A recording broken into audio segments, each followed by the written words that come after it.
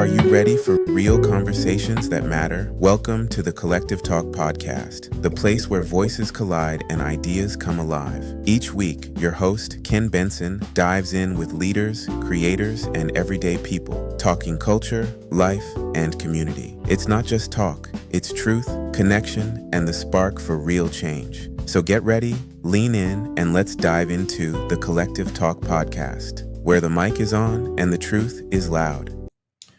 Welcome, my Collective Talk family. Welcome today to a special episode of the Collective Talk. Where the mic is on and the truth is loud. Normally, I would have a fantastic guest joining me at the table, someone bringing their story, their expertise, their voice.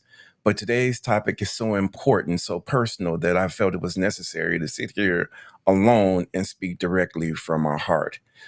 Before we dive deep, I want to take a moment to thank the people who help keep these conversations alive. This episode is brought to you by All Stars Beauty and Barber Lounge, where the style meets the community. Their commitment to culture, confidence, and care mirrors the very values we strive to uphold here. We'll talk more about them later in the show, but for now, let's begin. Normally, I would just again have a person that would be joining us and be sharing their expertise. But today, I really wanted to just dive into something that was really personal and that was, just from my heart. Uh, Although I grew up on the south side of Chicago, my story doesn't begin there. My roots run deeper into Meridian, Mississippi. My mom, my grandmother, my great grandmother, and even my great great grandmother were all born there. And I count it all as just a big blessing of my life that I was able to spend time with each one of them. I was one of those children, as many of you may relate to, who was sent down south each summer from my earliest days until my teenage years. We stayed with my great grandmama, my mama Irene, and because of that, I had the chance to meet and talk with my Mama Holton, which was my great great grandmother. And coming from Chicago and seeing and hearing the things I experienced in Mississippi was not easy. It was painful at times, but even in that environment, surrounded by my cousins Chester and George, my Uncle Willie B, and my great grandfather Moselle, I witnessed something powerful. I saw proud black men who refused to return the hate they received. They held their heads very, very high.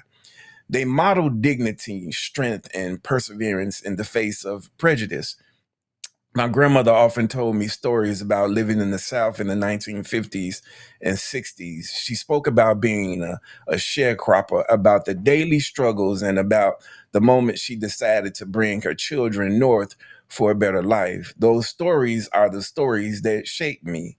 They helped me understand that survival wasn't just about strength, but it was also about strategy, faith, and sacrifice. And it wasn't just her.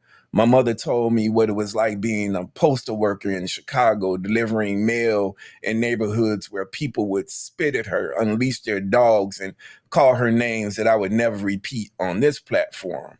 My father shared his own battles, working in different fields, demanding respect, insisting on being treated as an equal when others were, they tried to deny the dignity that he was due. They taught me that you may not always control how people see you, but you can always control how you carry yourself. My uncle served in the military, fighting for a country that did not always fight for them. They wore the uniform with honor, but often did not receive the honor that they were due. Still, they served. And I thank God that they did. Their example showed me that patriotism isn't blind loyalty, it's believing in what your country can be, even when it falls short. My aunts carved paths in places where black women were told they didn't belong. One of them entered into a field in college where she was told flat out, you would not succeed, but she persevered. Today, she's a fighter and advocate for the rights of all people, no matter what the color of their skin. Another aunt of mine, she faced the double challenge of being a woman and a woman of color in her profession, and she rose to the top of her field anyway. Their stories told me that obstacles don't erase possibility, they just make the victory sweeter. Then there was my Aunt Dorothy. She made it her personal mission to educate every one of her nieces and nephews about our history, not just here in this country, but in places across the world where people of color lived, struggled, and thrived. She refused to let us grow up without knowing who we came from and what we came through. From early on, I knew the story of Emmett Till, another young man from Chicago. Emmett Till was just 14 years old when he was brutally murdered in Mississippi in 1955 after being accused of offending a white woman. His mother, Mamie Till Mobley, made the courageous decision to hold an open casket funeral so the world could see what the hate had done to her child. That story left a permanent mark on me. For me, knowing Emmett Till's story wasn't just history, it was survival. Because when I went south as a boy in the late 1960s and the early 70s, I had to understand the rules of how to carry myself, the rules of what not to say, the rules of how to navigate a world where parts of the country were moving forward, but other parts were still stuck in their old ways. What's amazing to me now is that those rules of living in the South, even if only for the summer, weren't so different from the rules I had to follow back home on the South Side of Chicago. The setting may have changed, but the lessons were the same. Stay aware, stay respectful, and always carry yourself with dignity. And then there's my wife. She started a business in a space where you didn't see many women of color, custom cakes. Through hard work and vision and excellence, she became well known. One of her greatest honors was being asked by the Jackson family to create a cake for Michael Jackson's birthday. A little girl raised in Gary, Indiana, who went on to accomplish what many said could not be done. All of these stories, my family stories, are stitched into the fabric of who I am. They remind me that while the past is heavy, it's also a teacher. And I don't want to stay in the past too long, but I do believe this. You can't know where you're going until you understand where you come from. And that brings me to where I am today, because the same struggles that shape my family are connected to the conversation we're about to have about this thing that I call the hate that hate made. Before we dive in, I want to take a moment to recognize the partners again who helped make this conversation possible. And we'll hear a little bit more about All Stars Beauty and Barber Lounge, where the style truly meets the community. But now I really want to get into the hate that hate made. That hate that is a cycle where hate feeds and breeds more hate. One insult sparks another. One injustice breeds resentment. One act of violence becomes the excuse for another. We've seen this throughout history. Hate became law. Hate became tradition. Hate became something passed down like an inheritance. And because people didn't challenge it, it became normalized. Segregation wasn't just accepted, it was enforced. Discrimination wasn't seen as a wrong, it was seen as ordinary. That is what hate does when it goes unchecked. But here's the thing: hate is not natural. No one is born hating, it's learned. And if it can be learned, then it can also be unlearned. That means this cycle isn't permanent, it can be broken. But breaking it takes courage, it takes intention. And we now look at in the world today where we see some very hateful things being done. We see a lot of hateful things being said. We see a lot of hateful things being carried out. And if we really think about it, we realize that that is the hate that hate made, because we have a long history of, not only in this country but around this world, of hateful things, hateful intention, hateful rulers, hateful just actions. And I'm not trying to cast aspersions on just one person or another, but what I will say is that hate doesn't always scream like it used to. Sometimes it whispers, sometimes it hides in plain sight. It shows up in the so-called harmless jokes that people tell. It shows up in the casual insults that we find online that spread like wildfire. It shows up in the subtle ways people are excluded at work or in school. It shows up in a look, in an assumption, in a belief that some lives matter less than others. And with social media, hate has found a megaphone. A hateful post can travel farther than and faster than the truth. A cruel comment can reach millions before anyone stops to ask, is this right? And the more people see it, the more they begin to accept it as normal. But silence sends a message too. When we don't speak up, when we don't challenge it, we are allowed to hate, and we allow the hate that is brewing to grow roots. Silence is not neutral. Silence gives hate permission to stay. And we really need to think about the cost of hate. Now, we find that there are so many things going on in this world, and we could dive deep into the headlines to think about the things that are happening just in our country, just in our city, just on our block, right in the house next door to us, that there's some hateful things going on. But I think what we have to understand is that there is a cost that hate brings. And the cost is just not about ideas or politics, it's about people. Hate divides family. It breaks down friendships. It destroys communities. And the weight it puts on people's hearts and minds is really heavy. Hate can cause depression. It can create fear. It can leave scars that last a lifetime. People who are hated for simply existing carry wounds that the world won't always see. But I've also seen something else. I've seen resilience. I've seen people refuse to let hate define them. I've seen communities unite in love and in strength. That's proof to me that while hate is powerful, it's not unbeatable. We really have to stop to think to ourselves, how do we deal in this world with hate? Just around the corner, there may be somebody that's looking at you in a way that you've never had another person look at you, just because of the color of your skin, because the texture of your hair, because the size of your waist. And we see so much of this going on that I think we really truly normalize the hate that hate has made.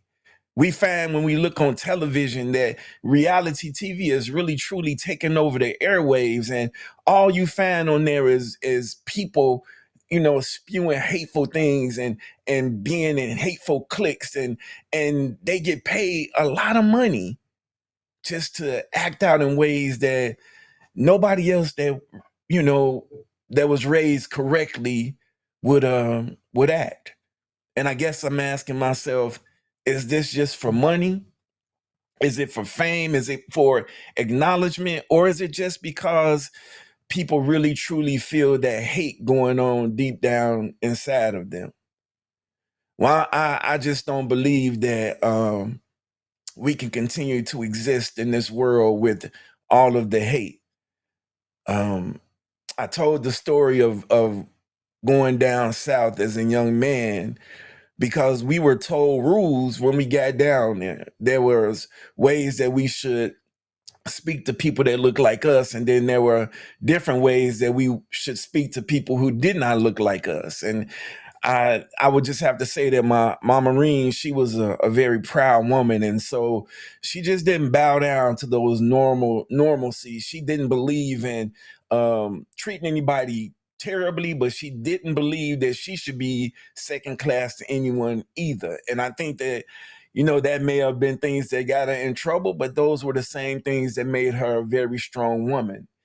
And my grandmother, my mother, all the women and the men of my family, they took hold of those strong roots, and they always were told that, yes, be respectful, but at the same time, demand the same respect back.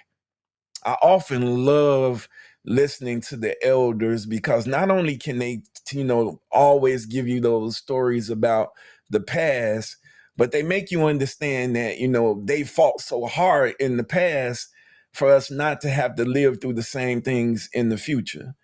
Um, my father-in-law, God rest his soul, was a man who had a story for every place you went, whether it was here in Indiana, if there was going down to Tennessee. He was a man that had a story. He lived a full life. He experienced a lot of things. But the one thing I loved about it is that no matter how bad the story was, he would somehow find a way to end it in laughter. And I know as a black man coming up in the South in Tennessee that he experienced a lot of things, and I'm sure those were the things that made him come to Gary, Indiana, outside of wanting to have a family and being able to work in the mill, which a lot of people from the South, they migrated here to do those things. But I think his laughter was that I was not going to let the hate break me. No matter what I went through, no matter how much I messed up in life, no matter what I've seen, he was in the military.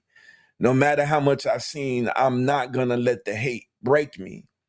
And so even when I talk about those things that may be disturbing to me, Willie Sylvester Dow always ended those conversations with a smile and a laugh or a chuckle. And he didn't know at the time that he was really teaching me something, that because I knew that as a man, I was going to go through some things. I knew that I was going to see some things. I knew that I would experience heartache, but I could not let the hate that brewed within those things destroy me. And so I had to find a way to smile even when I wanted to cry. Now, I'm not saying that it's wrong to cry. I'm not saying that it's wrong to feel emotion. But I think it's wrong to allow hateful comments and hateful interpretations of who people think you are to destroy you. We live in this world where I remember seeing Martin Luther King, or hearing about Martin Luther King, Dr. King being assassinated, and then Bobby Kennedy being assassinated, and then Malcolm X being assassinated. And I just was thinking to myself as a young man, is this the way that we deal with our differences? Is this the way that we deal with people who we disagree with? We murder them.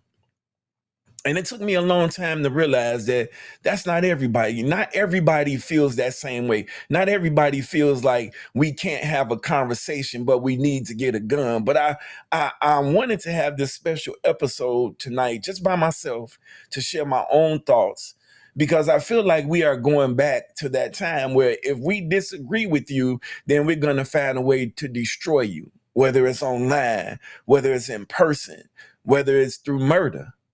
And I just think that God created this world, and he created this world in love. The one thing, if we look at scripture in the beginning of the world, and I often tell this story because it just really rings true in my heart, in my mind, and in my soul, that the only thing that God ever really shaped with his own hands was man. If you look at scripture, it says that everything else he spoke and it became. But when it came down to man, he wanted to shape us in his own image, shape us with his own hands, shape us in his own love. And somehow along the way, now, don't get me wrong, if we know scripture, we know that wars were fought, and we know that there were takeovers. We know all these things happen even in scripture. But I think now, we have wars over things that may even be the reasons that they had wars then, but um now these wars can really end in the annihilation of all human beings. And I think we need to be very cognizant and aware that what we see on TV and what we hear in the radio and what we see on cable is not always the way life is. I truly believe that love is the kryptonite for hate. But we have to learn how to love. We have to know what love is. But in order for us to understand how to love, we need to understand what hate is, because then we have to know how to combat hate with love. Now, I don't know if that makes sense to everybody that's watching or listening, but I hope that as I go on, this will make sense to you, that love is the weapon that we can use against hate. But in order to use that weapon, in order to have the ammunition of that weapon, you first have to know how to love. And I'm not saying that, they're all different kind of loves. There's love that a mother has for a child. There's love that a brother has for his sister. There's love that two human beings who come together and decide to share their lives. There's that kind of love. And I guess I want to ask you tonight, those of you who are listening and watching, what kind of love do you believe we need to have to combat what we see every day? Every day we turn on the television, we hear about somebody dying in some crazy way. We hear about somebody ending somebody's life because of jealousy or because of envy, or just because they did not like the way that they looked. And I have to ask myself, and I'm asking you the same thing, is that what God created us to do? I do believe and I'm trying not to step into my pastor role and make this, religious, but I do have to say that I believe that as much as we know hate exists, we should know that love exists. And as long as we have that relationship with the Lord, then it should guide us when we are confronted with hate. And so I want you to think about that as we get prepared to just take a moment to recognize our sponsor this evening. I'm not going to be before you long. Like I said, normally I would have a great guest that would be sitting here and we would be sharing some banter. But I've been thinking about this and thinking about this and thinking about this. And I was saying to myself that sometimes, and I see people always using media and using podcasts and using their platforms to talk about gossip or to talk about people or to just talk about things that are not uplifting. And so I just decided tonight that the Collective Talk podcast, this episode would just be something that I hope that would invoke some thought. Something that would make you think about the hate that hate made. See, there's been poems and there's been music that's been written about that title. I didn't come up with that title. Actually, I got that title from a song from Public Enemy. And they were talking about the hate that hate made. And it was just saying that there was hate that breeded other hate. And we had to recognize what that hate is in order to persevere beyond it. You have to recognize who the enemy is so that you'll understand how to love even the enemy. Now, I know for some people, that's very difficult to do. It's something difficult to think about. I know folks who will say that, you know what, and they've told me throughout life, pastor or Ken or Kenny or whatever they call me, I have a problem with forgiveness. And I'm gonna be honest with you. I wish that I could sit here and tell you that that was something that I never had a problem with, but I too suffered with forgiveness. I just felt like, if you did something to me to hurt me, then you meant to hurt me. And why should I forgive you for doing something to me? But then as I developed this relationship with God, I thought about how many times I've let God down and how many times I disappointed him. How many times I went in one direction when he told me to go in another, but still when I came back and I asked for forgiveness, he forgave me. I often talk about second chances, and I always joke to say I'm probably on my 104th second chance with God. But I thank God that we have a Lord. And I'm not trying to talk about who you believe in who you believe in what you believe in, but I'm going to never back away from what my beliefs are. I'm never going to shrink down and shy away from what my beliefs are. And anybody who knows me, you know what I believe, or at least I hope you do, or at least I hope the light of God shines through me. But it took me a very long time to understand how to forgive, even those who were hateful towards me. And I even to this day, 58 years old, I still struggle sometimes because I just feel like you don't have to hate. You don't have to say hateful things. You don't have to be rude. You don't have to be ungrateful. But that's just the nature of man, of woman. And I can't allow their nature to continue to destroy the nature that I believe that God is building up in me. And so what am I saying before we recognize our sponsors? That every day we are faced by hate in some way. Somebody comes to us even with a conversation about hateful things that a family member is doing to them, or that one of their children is doing, or their spouse or their man, their woman, whomever, something hateful that's going on. And there's those of us who are believers, those of us who have a relationship with God, those of us who are called, which we all are, to minister. We try to find ways to let folks know, well, you know what, you don't have to deal with this hate, but the one thing you don't have to redo, that you don't have to do, is return that same hate, which is sometimes very difficult for all of us.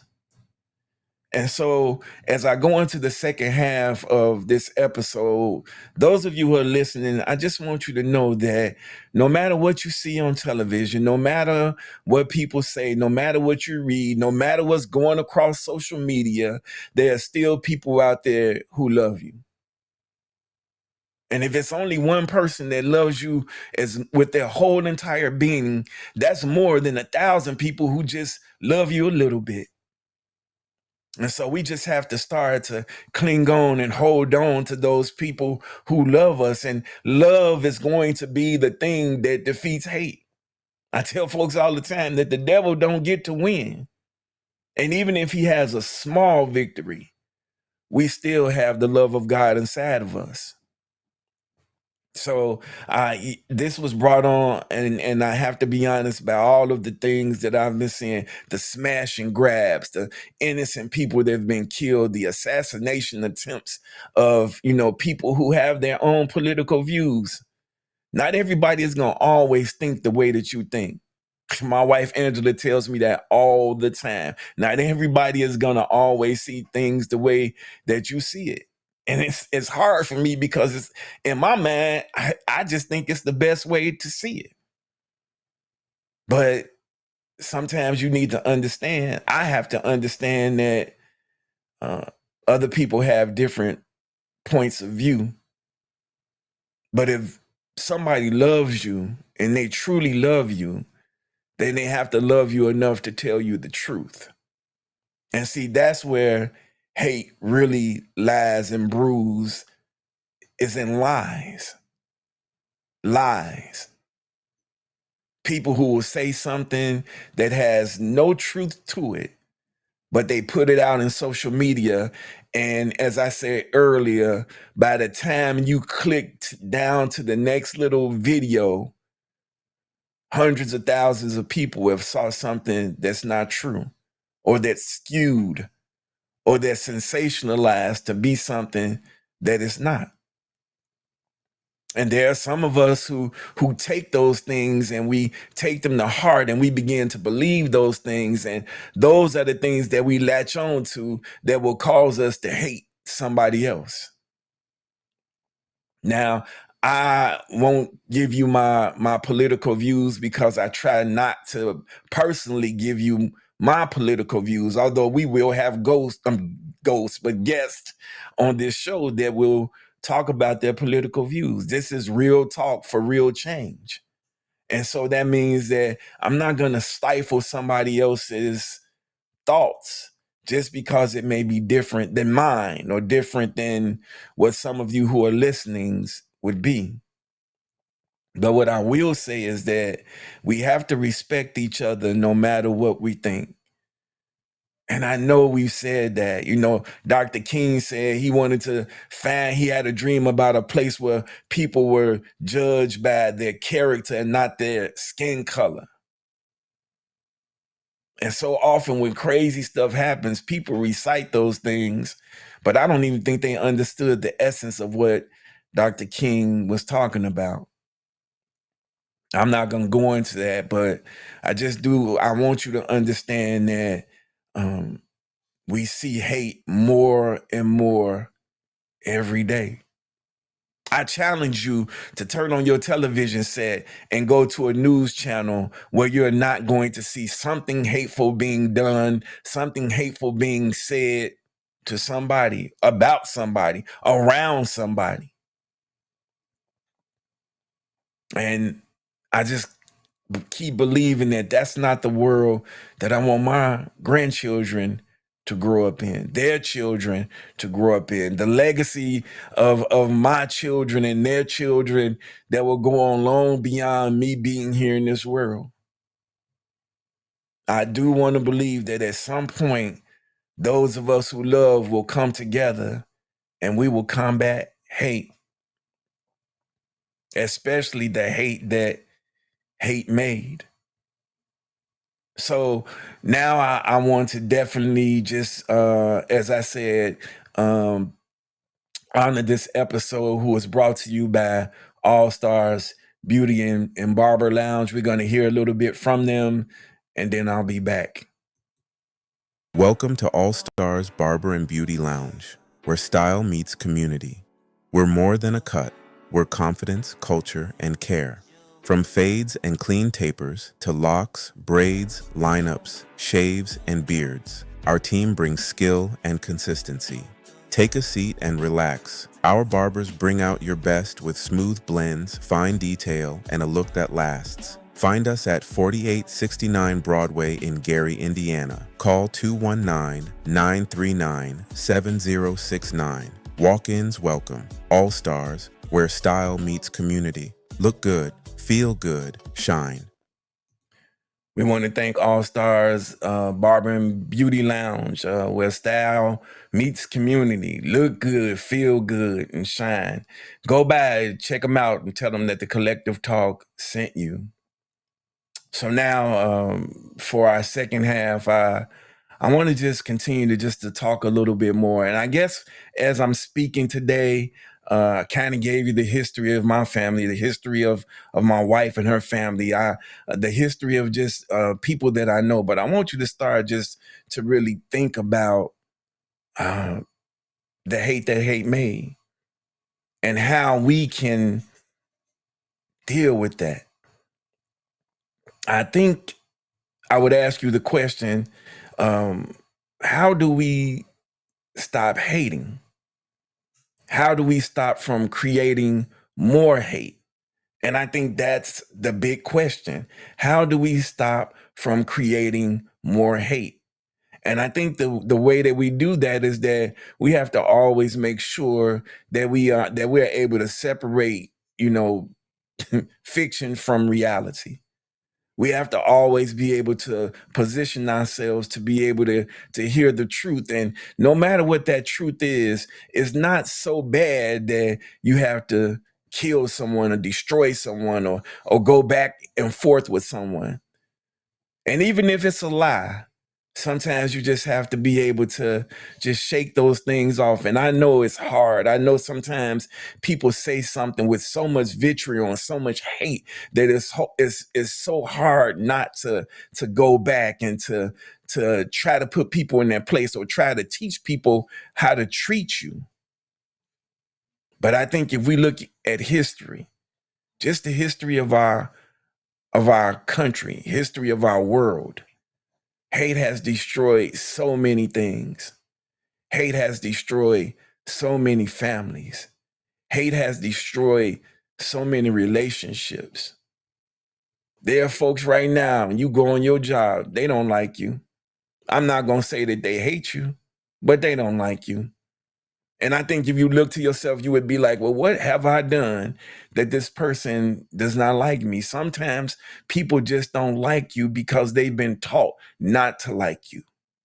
They've been taught that people like you come with certain things. We see ICE right now going throughout the city of Chicago, and they're swooping people up. Some people they're getting, they deserve to be got. But there are others who are just here and they're trying to make a living and they haven't caused any issues. And I know some folks will say, well, if you want to be a part of this country, then come into this country legally. And I'm not gonna side on either side, whether you should come in. I think everything we do, we should do legally. But when we think about that, there are so many people who have come to this country, even me, people who look like me. We didn't willingly come to this country, but now we are here and we're a part of the fabric of this country. And I just think, even with that being said, we still see so much hate going on. Now, I'm not saying that ICE is rooted in hate, but in the eyes of the people who are afraid to go out, the eyes of the people who are afraid to send their children to school, you may have it in your mind, well, this is the reason that they are. But I know some folks who are just good folks who work hard, who are just afraid to go back to a country where they really don't know because they weren't born there. So I'm not gonna, go deep again into politics, but I will say that even in good intentions, sometimes people see harm. Sometimes people see hate. And I want you to know that, and I guess the purpose and the point of me having this episode is that tonight, tomorrow, Friday, the weekend, hate will come near you in some way. It'll be something that somebody says to you, does to you, or it'll be something that you see um, on television. And we have to know what the kryptonite to hate is. Now, love is seen is so broad of a word, and people use the word so just willy-nilly. Folks will tell you that they love you and just to get something from you. Some people just use the word love and they just really don't mean it. They don't understand what it is. But we still have to understand that true love is what is going to squash all the hate that we see. How do we stop hate? That's the big question. That's the $100 million question. Well, I would let you know from my perspective, it begins with us, each one of us. That means looking at our own words, our own actions, and even our own silence. We have to check ourselves. We may say, I'm not hateful, but then we'll laugh at a cruel joke or ignore a comment that we know is wrong, or stay quiet when we see someone being mistreated. Those small moments matter. They either strengthen the cycle of hate or they weaken it. We also have to teach differently.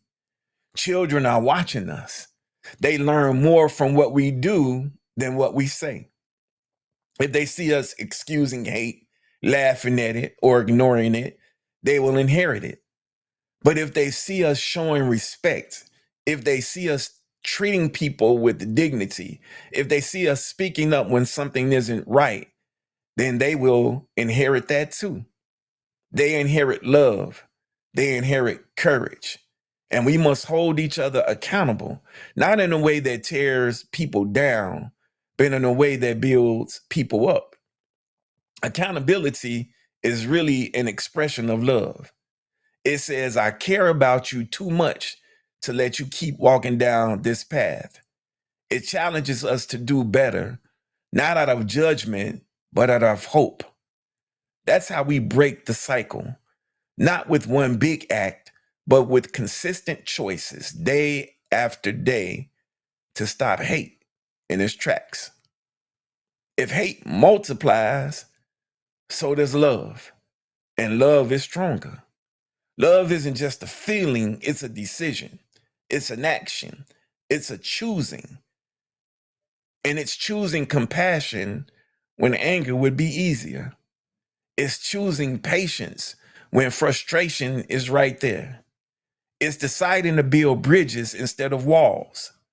History is full of people and movements who choose love in the face of hate. People who marched peacefully even when they were beaten.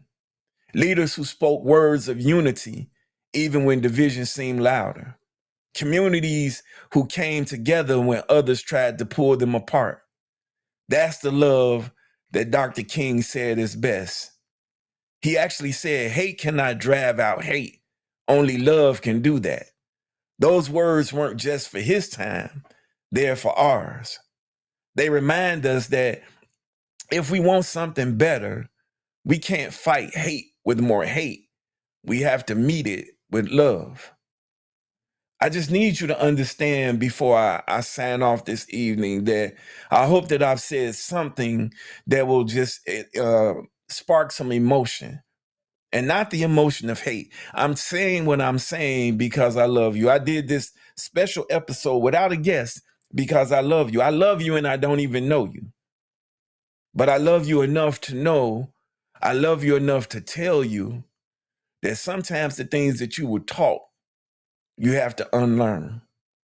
Especially when it's something that tears other people down. No matter what they offer you, no matter how much money they give you, sometimes you need to be able to say no. I know people will say he talks a lot about his wife, but she may not know that sometimes I listen to some of the things that she says. See, pastor or not, I'm the fly off the handle kind of guy. I can get angry. I can get angry, and I feel like that I want to match, your, I can't even think of the word. But whatever you give, I want to give it back to you. But I've seen her move silently, and I've seen her, say that, let them feel the way that they're going to feel, but it's okay.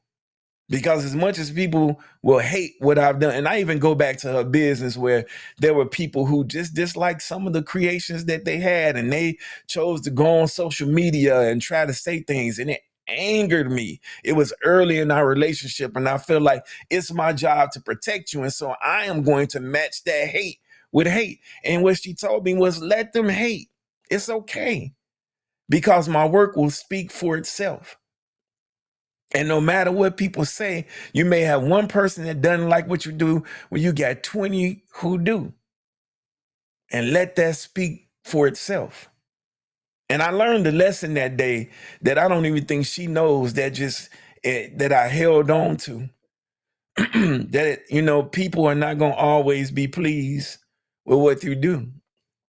But if you do it in the right heart, and if you do it with the right spirit, then, it'll be all right. The hate that hate made. And no, I'm not trying to preach a sermon tonight. I'm not trying to give you scripture, although I'm not going to apologize for who I am. But I want you to think about that, the hate that hate made. How many generations of hate are we surrounded by now? How many people that don't like another person because of their choice of a mate, or because of their skin color, or because of their age? People see gray hair on my face and they think that I'm old. Maybe it's just wisdom. Maybe it's just hereditary. Maybe I worked really hard in my life and I did all that I could and I've earned these gray hairs. But there's going to be some people who just don't like you just because they don't like you. I'm overweight. I've seen people sometimes look at me and they've turned their nose up, and I can see it in their face like, oh my God, how did he get to be overweight? But you know what? Regardless to what my size is, I still love. And that's still my own battle. I learned the one thing I can tell you about my brother-in-law, and I learned this, and I guess I can talk about my family because it's what I'm surrounded by. And even in the midst of love, I come back, and me and my family don't always agree, but I come back and I'm surrounded by love. And I can remember him saying, man, call me anything else but fat. I look at myself in the mirror every day. I know what I weigh. I know what I look like. So you can't hurt me with those words. And it just made me understand that sometimes we have to build this force field around us in order to combat hate. Because how can I love out of my mouth when I'm allowing hatred to infiltrate my spirit through my ears? I just wanted to pause there again. How can I love? And I'm going to say this again, and it may sound preachy to folks. And if it do, then I'm sorry. And I'm really not. But how can I love out of my mouth when I'm allowing hatred into my spirit through my ears? Sometimes we have to disconnect. Sometimes we have to get off social media. Sometimes we got to turn the TV off. We got to put the iPads down. Even in some of our children's cartoons, we find that there are some characters who are evil and they come across evil. And even though, the good people win in the end, and we need to teach our children that evil exists, I just wonder if we're feeding them too much, too soon, and too early. How many generations of hate where you don't like somebody because your parents didn't like somebody and their grandparents didn't like somebody and their parents didn't like somebody, and you don't even really know why you hate this person. Person has never done anything to you but be who they are. Folks can't change the color of their skin. If people believe that they should live a certain lifestyle, who are we to say that they shouldn't? Now, I may not subscribe to any of those things, but it doesn't mean that I hate them because of who they are. I may disagree, I may dislike, but that's a long road away from hate. The hate that hate made says to me, and I wanted to say to you, that we have to break the generational curse of hatred, even in our own families, in our own country, in our own city, on our own blocks, in our own house. We have to break that legacy of hatred that a long time ago, somewhere in a time where we weren't even there, somebody was told that they should dislike somebody, and that, or they were better than somebody, or that this race was inferior, and somehow it was passed on from generation to generation to generation to now you believe it, when in all actuality you don't believe it. But because it's so engraved into who you are and who your family is, you're afraid to step away from it. You're afraid to speak against it. But I want you to know today, as I get ready to close, that the devil never gets to win, and hatred is not the color of the day. How do we stop the hate that hate made? Is that we have to continue to live with the love that love made. Yes, there are some people who will listen to this and will listen and still feel the same way that they feel. The prejudice that's in their hearts will continue to be there. But I can tell you this, if I'm dying in the middle of the street and the only person that can save me is a person of another race, save my life. If you got to give me mouth-to-mouth resuscitation, and anybody that knows me know I don't like too many things touching my mouth, but I don't care what color you are. If that's the only way you can save my life, save my life. I've heard stories of people who said, I don't want blood from a person of another race. So you rather die? Because the only color that I know that blood has is red. I've never seen green blood other than Star Trek on television. But we all bleed red blood. And there are some people that are so hateful that they would rather die than have a transfusion of blood from another person. I have family members that have worked in nursing homes that say that they have people of other races, whether it's white, black, whatever, brown, whatever. But they are so set in their ways that the person that they insult, curse out, call names to the people that's taking care of them just because they don't look like them. Now, these are people who need help. People whose families have abandoned them, have put them away in a nursing home, and they only show up when it's time to sign the check. And the person that truly cares about you, that cleans you up, that feeds you, that speaks to you, that loves on you, may be a person of a different color. And the hate in your soul is so big that you would try to make the person who's taking care of you feel little. But I thank God that there are people who continue to say, no matter what you say, no matter what you do, I'm still going to love you. And so that's why we see the confliction in the world today. But I would say for you who are listening and those of you who are watching, that when you are surrounded by that hate made, pull out the love that love made. Now, it's not going to always be easy. I'm not trying to sell you a dream or put you in the world of a fantasy. It's not going to always be easy.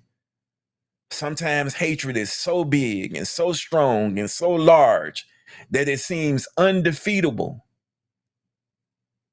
But that's why you got to go get somebody else that love, and you guys have to love together. The Bible says where there are 2 or 3 gathered together, touching and agreeing, God said, I'll be in the midst. So I always used to wonder when I saw the videos of a kid, the same streets, the hill that I went up in Meridian, Mississippi, there was a march there of people of all colors, locked in arms, singing together, all for the same cause. I didn't always understand that. It didn't always make sense to me. But now that I understand what love truly is, and I'm not saying that I'm an expert at love. Trust me when I tell you I have failed at love at every level that you could imagine. But I thank God that he continued to love me, even when I didn't know how to love myself. And then I had to learn that in order for me to love somebody else, I had to love me. And I still struggle with loving me. I still struggle with sharing my space with another person. But I love my person so much that no matter what happens, now we can have a battle, a drawn out fight, but I'm still gonna love them. Even if my person decides not to be my person. I've been there. Some of you've been there. You don't have to let hate take over. It may hurt. And sometimes hurt is the thing that brings about hate. I hate you because you hurt me. But we can't let that be the way that we live our entire lives. Because if we live in that hate, if we live in the hate that hate made, then we'll die in the hate that hate made. And I don't believe that's God's will for anybody. So let me leave you with this. Ask yourself, what am I normalizing? In my conversations, in my social media, in my silence, am I letting hate slide? Or am I planting seeds of love, of courage, of respect? We may not change the world, and definitely not in a single day, but we can change our part of it. We can change the atmosphere around us. And if enough of us choose love over hate, those small changes add up. Those small changes add up. And it's so important that you understand that hate may not be defeated in just a moment. But let me tell you, you can turn hate around with a smile. You can turn hate around with a prayer. You can turn hate around by ignoring it. You can turn hate around by not being silent, by speaking up when you're seeing somebody being done wrong.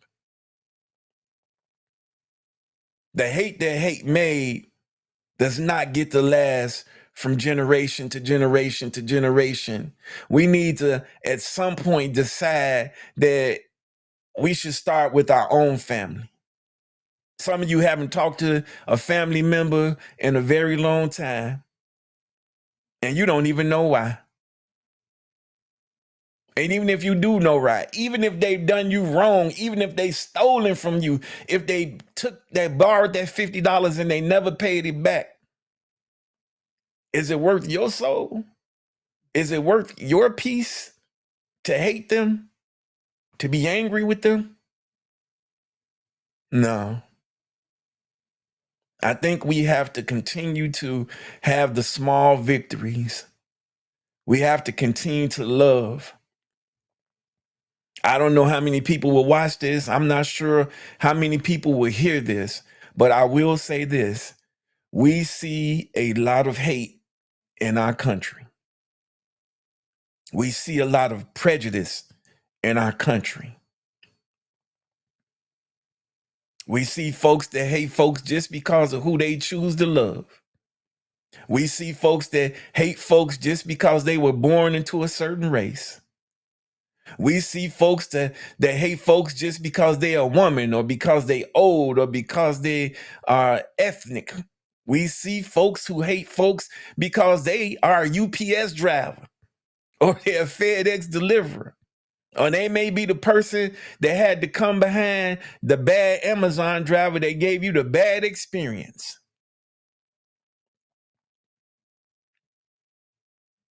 The devil does not get to win. The devil does not get to win. How do we change the hate that hate made? Number one, we got to recognize it. Number two, we have to be real about why it's there. Number three, we have to ask ourselves, are we strong enough alone to be able to combat it? And number four, we have to understand truly that hate can be defeated. I don't care how powerful you are. I don't care what position you are in the world. I don't care if you're an elected official. I don't care if you got 40 years in on the job. I don't care how pretty you are.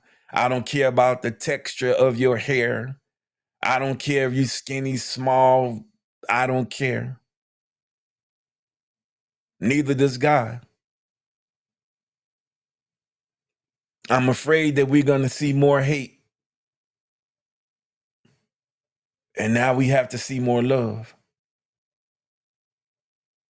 In this social media world, all we see is hate day after day after day.